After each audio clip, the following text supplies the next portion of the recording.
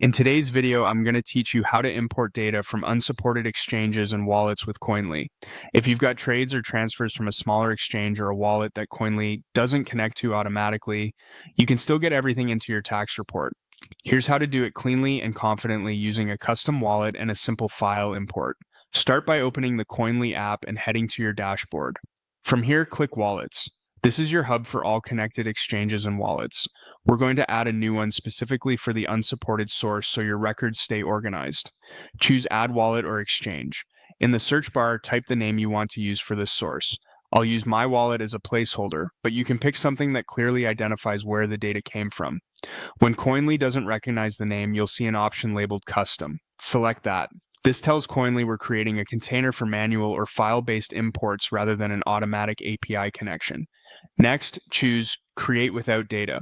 This simply creates the wallet shell, no transactions yet, so you have a place to import your file. After it's created, go back to Wallets to see your full list again.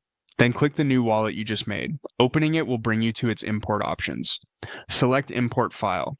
This is where you'll add your transaction history. Before you browse for your file, a quick tip. Koinly works best with CSV exports that include dates, currencies, amounts, transaction types, and any fees in separate columns. If your export has a different layout, check that it's consistent and clearly labeled so Koinly can map it correctly during import.